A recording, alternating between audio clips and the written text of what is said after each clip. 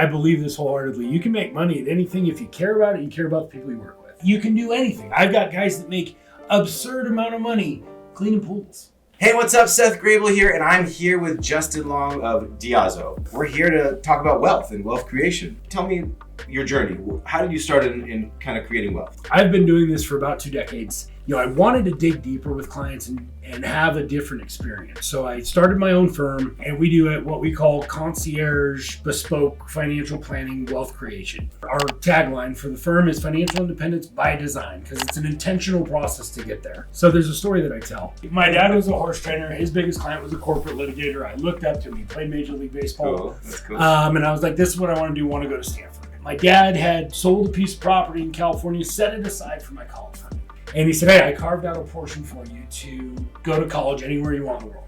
My dad looked at me and said, I've got some bad news. So it was my goal going to school was to help people plan and not have anybody, because I was over the moon that I was going to Stanford. Yeah, that's a huge accomplishment. Then it was like, just to get into Stanford. We just don't have the money for it. But let me ask you a question. You were crushed for weeks. You figured out how to kind of come out of that. Where did you end up going?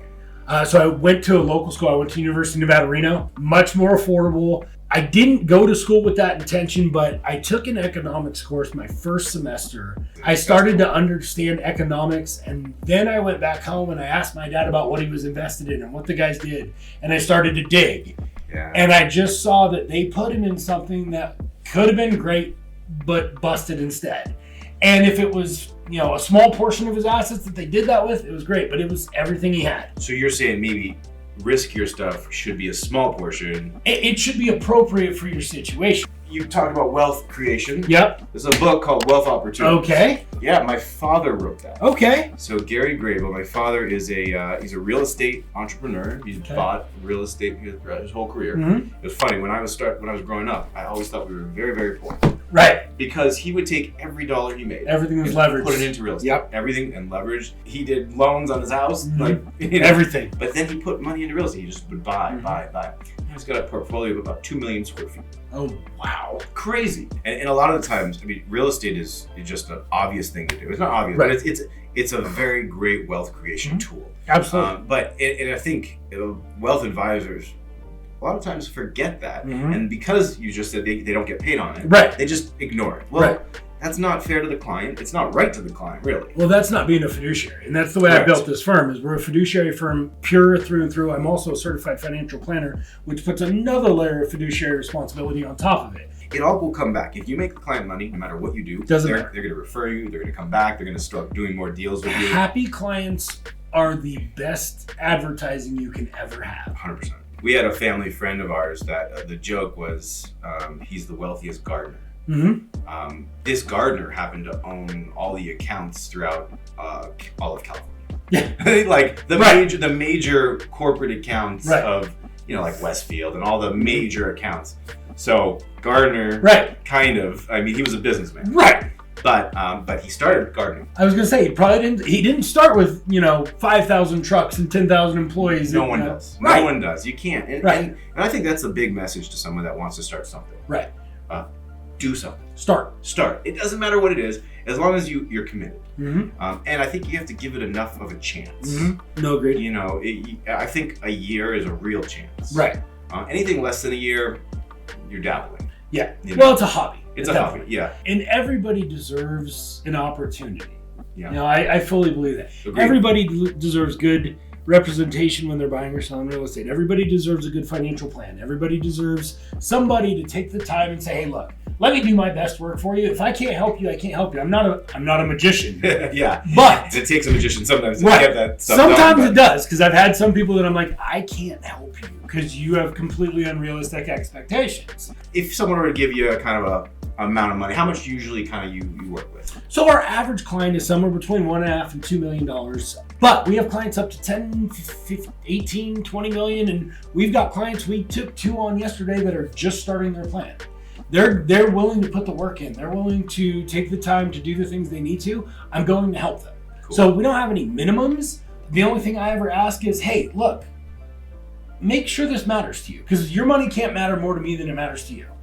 If it matters to you and me equally, I will help you get to where you want to get. Mm-hmm. And you'll get the same attention that my $10 million client gets, because we have a process for everybody that we take them through. Got it. So no minimums. Our average client's probably about $2 million. We've got, 56, 58 clients. Now, when you say it matters, do you mean their financial education? So there's a couple pieces to that. Is if we go through and we say, hey, here's a checklist of things I need you to do before the next time we get together. If I have to have that conversation every 3 months with you and none of it gets done, that shows me that your plan doesn't matter as much as it to me. Because I've also got 10 things that I'm doing between now and then. Yeah. Well, no, I've got 10 things I'm doing for you between now and the next time we get together. And I can tell you this, my 10 are going to be done. Mm-hmm. So your financial independence can't matter more to me than it does to you. And you show that it matters through your actions and your participation. It's kind of like meeting me halfway. Right. Meet me halfway and we'll do great things. Because it's your money. I can't do it all for you. There's certain things I just can't do. Yeah. Believe in customer service. Believe in the client experience, which is, to me, everything's so commoditized. If you can't control the experience and make it unique, you're washed out. So that's kind of where we land as a bespoke concierge planning. One, yes, asset management, financial planning, retirement planning, independence planning, trust planning, taxes. But I have clients that call me that are like, hey, I'm down here at the Ford dealership and this guy's, offering me this deal.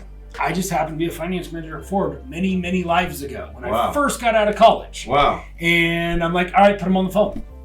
Hey, we're going to knock this off, this. And they're like, okay. So it's those kind of moments. Or I need to buy a Ford. So. Yeah. Well, thank you so much for having me. I really appreciate you. And my pleasure. Tell them how they can get a hold of you. If you were. Okay. So if you would like to know more about the firm, you can always visit our site, www.diazo.com. That's DIAZO.com.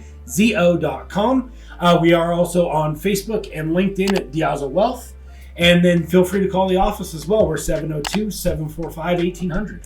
Thank you so much. Really appreciate it. Pleasure, sir. My name's Seth Grable. We'll see you next time.